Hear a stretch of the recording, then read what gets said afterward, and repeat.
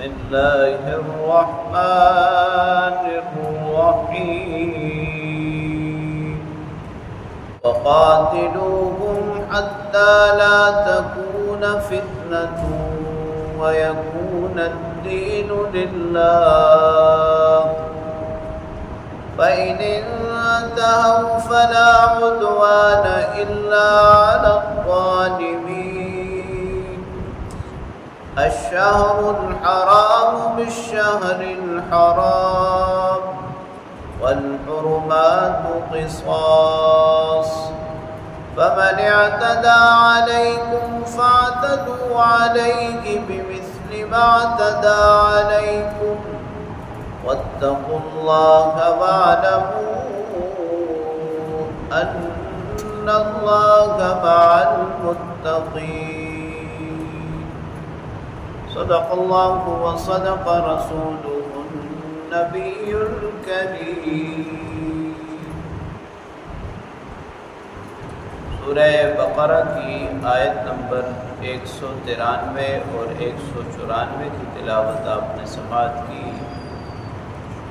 ترجمہ سماعت فرمائیں۔ وقاتلوہم، اور آپ ان کافروں سے قتال کیجئے، حتی لا تکون فتنہ، یہاں تک کہ عقیدے کا بگاڑ ختم ہو جائے، وَيَكُونَ الدِّينُ لِلَّهِ، اور دین صرف اللہ ہی کے لیے ہو جائے۔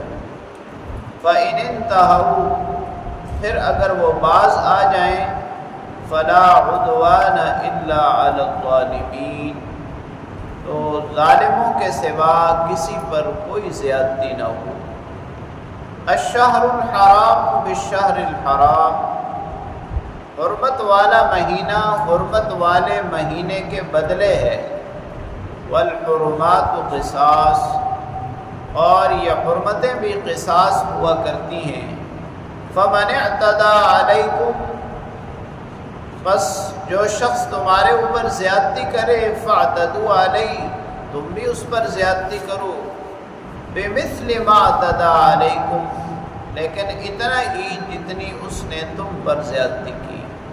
واتقوا اللہ، اللہ سے ڈرو، واعلموا، اور جان لو، ان اللہ مع المتقین، اللہ تعالیٰ پرہیزگاروں کے ساتھ ہے۔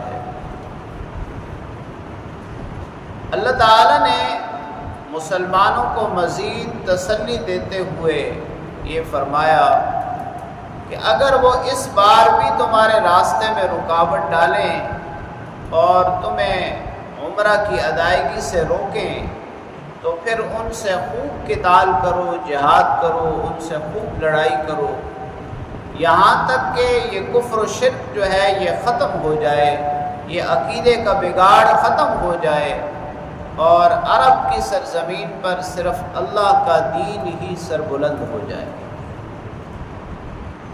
اور اس کے بعد جب وہ باز آ جائیں تو اب کسی پر کوئی زیادتی نہیں ہے، لیکن ہاں جو ظلم کرنے والے ہیں، یعنی اللہ کا، اللہ کے پیغمبر کا، اللہ کے کلام کا انکار کرنے والے ہیں، ان کے لیے کوئی معافی نہیں ہے۔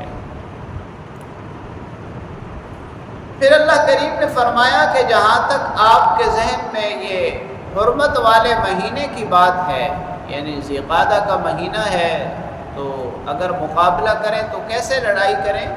تو فرمایا یہ حرمت والا مہینہ تو حرمت والے مہینے کے بدلے ہے، یعنی گزشتہ سال جب آپ نے عمرہ کا ارادہ کیا تو اس وقت بھی تو حرمت والا مہینہ تھا، لیکن وہ اسلحہ اٹھا کے، ہتھیار اٹھا کے آپ کے مقابلے میں آ گئے، لہٰذا جب وہ آپ کے مقابلے میں آ گئے تو اب اس کا مقابلہ اور بدلہ تمہارے لیے کوئی جرم نہیں ہے، بلکہ عین تمہارا حق ہے۔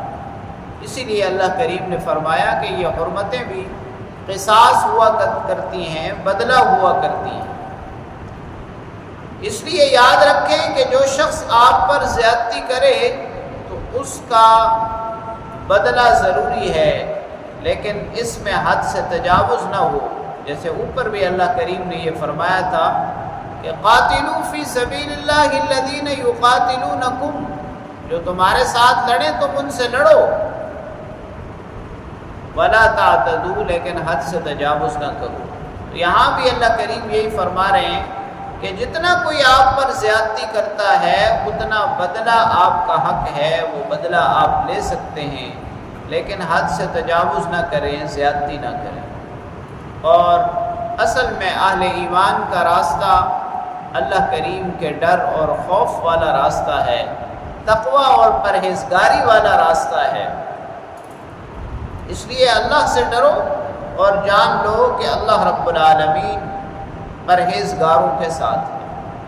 معلوم ہوا کہ جہاد فی سبیل اللہ، قتال فی سبیل اللہ کا مقصد فتنے کا خاتمہ ہے۔ اللہ رب العالمین کبھی بھی کسی بھی فرد کو، اپنے کسی بندے کو دین اسلام قبول کرنے پر مجبور نہیں کرتے۔ اگر امن اور امان کے ساتھ معاملہ چلتا رہے تو جزیہ دے کر یہ کافر اپنے اپنے ملکوں میں، اپنی اپنی سلطنتوں میں رہ سکتے ہیں، لیکن جب یہ اہل ایمان کا راستہ روکنے لگیں اور فتنہ اور فساد کا راستہ اختیار کریں تو پھر ان کے خلاف جہاد فرض ہو جاتا ہے۔ اللہ کریم سے دعا ہے اللہ تعالیٰ کلام پاک کو پڑھنے، سمجھنے اور اس پر عمل کرنے کی توفیق